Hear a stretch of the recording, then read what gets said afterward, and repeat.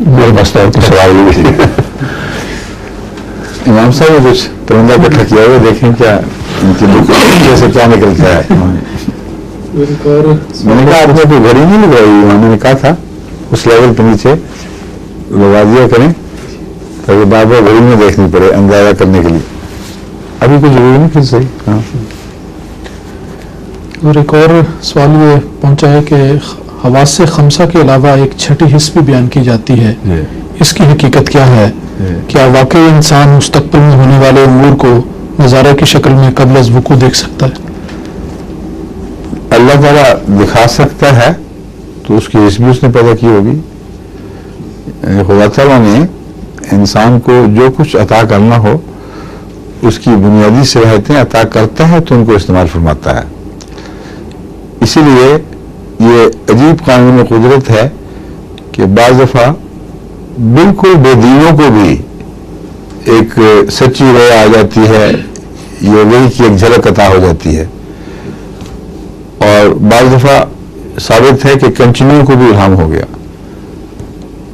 بس یہ جو ایک غیر معمولی ہونے والا واقعہ ہے یہ خدا تعالیٰ کے وجود کی شہادت کی چھینٹیں ہیں جو کل عالم پر پڑتے رہتے ہیں.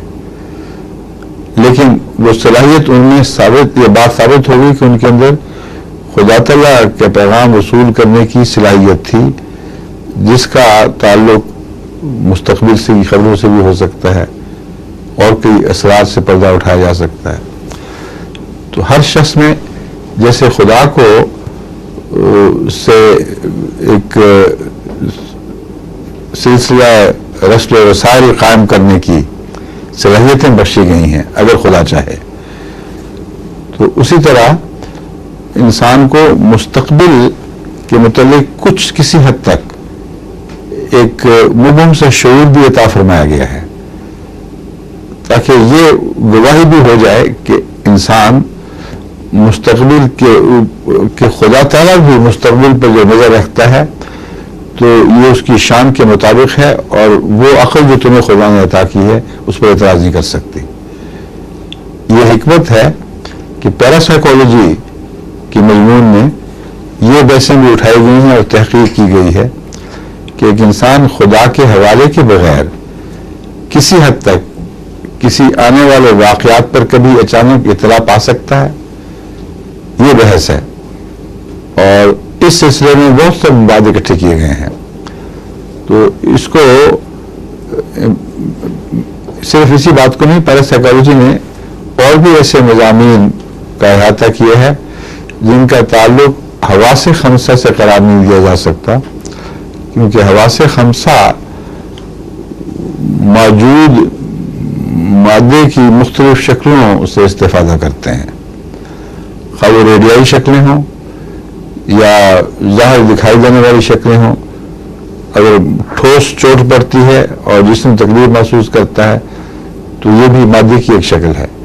روشنی آنکھ پر پڑے تو آنکھ دیکھنے لگتی ہے، یہ بھی مادے کی ایک شکل ہے. مگر کوئی بھی حواس خمسہ کی صلاحیت ایسی نظر نہیں آتی جو مادے کی مدد کے بغیر کوئی شعور حاصل کر سکے. اس لیے سائنسدانوں نے بجائے یہ کہنے کے کہ حواس خمسہ میں کچھ غیر معلوم خواص بھی پائے جاتے ہیں جن کی شہادت کبھی کبھی ملتی ہے مگر سائنس کی دنیا میں ہم ان کی کوئی وجہ پیش نہیں کر سکتے. انہوں نے یہ محاورہ زیادہ پسند کیا ہے کہ ایک سکس سینس پیدا ہو گئی ہے. وہ ایک اور بھی شعور کی قسم ہے جس کا حواس خمسہ سے تعلق نہیں ہے، وہ چھٹی حص ہے، اور اس چھٹی حص کو انٹویشن بھی کہہ دیتے ہیں روزمرہ کی زبان میں. کسی چیز کو کسی وجود کو، کسی ماں کو ایک گھبراہٹ ہو شروع ہو جاتی ہے کہ پتہ نہیں میرا بچہ ٹھیک نہیں ہے، اور واقعتاً پتہ چلتا ہے کہ عین اس وقت اس بچے کو حادثہ پیش آیا ہے.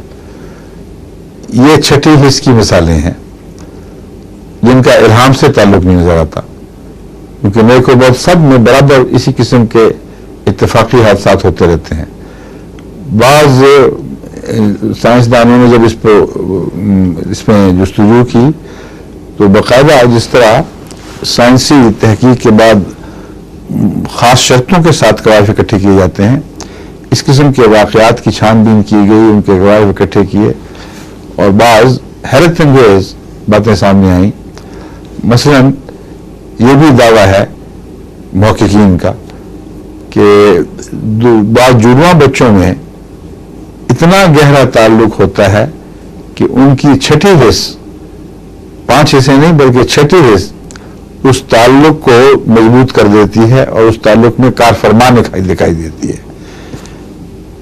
ایک جڑواں بچے کو کسی دور جگہ الگ بھیجا گیا تھا، وہاں اس سے ایک حادثہ پیش آ گیا اور اس بچے کو ایسی تکلیف شروع ہوئی کہ تڑپنے لگا اور کسی طرح علاج نہیں ہو رہا تھا.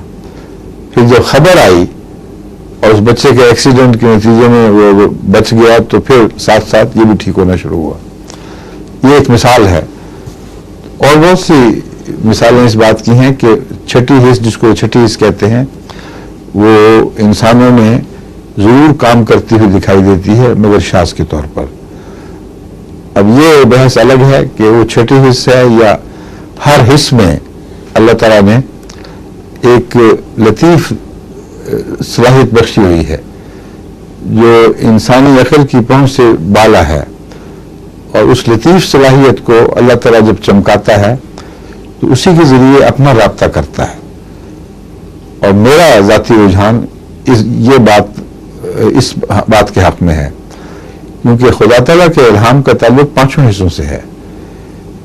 احساسات سے بھی ہے، نظر سے بھی ہے، کانوں سے سنوائی سے بھی ہے، اور گرمی سردی کے احساس سے بھی ہے. غرضی کے 5 حصوں سے اللہ تعالیٰ کے انسان سے تعلق رکھنے ان 5 حصوں سے خدا جب رابطہ پیدا فرماتا ہے تو قطعی ثبوت مہیا ہوتے ہیں کہ ان 5 حصوں سے الگ الگ یا اکٹھا رابطہ ممکن ہے. اور عالم کشف میں واضح 5 حصوں کا رابطہ معلوم ہوتا ہے.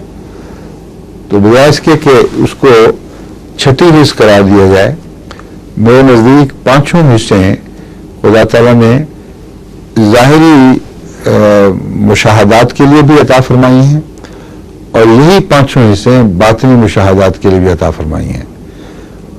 اور باطنی مشاہدات میں ان حصوں کے ذریعے اللہ تعالیٰ انسان سے تعلق قائم فرماتا ہے. ٹھیک ہے.